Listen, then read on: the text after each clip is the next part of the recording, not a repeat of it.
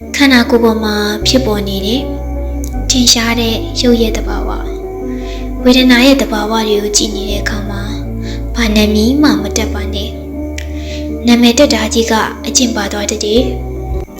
တချို့အားထုတ်နေတာတော်တော်ကြာနေပြီ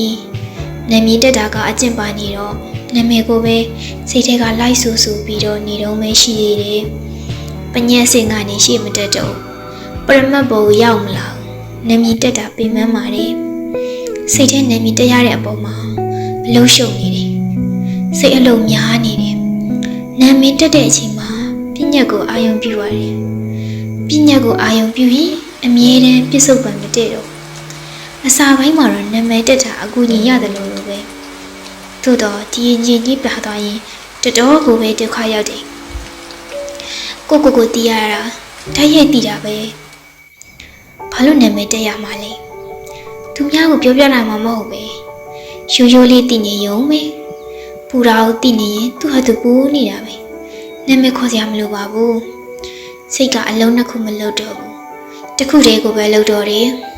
တစ်ခုတည်းလုံးရင်အထီးမိဆုံးပဲမြင်မြင်လဲတွတ်တက်တယ်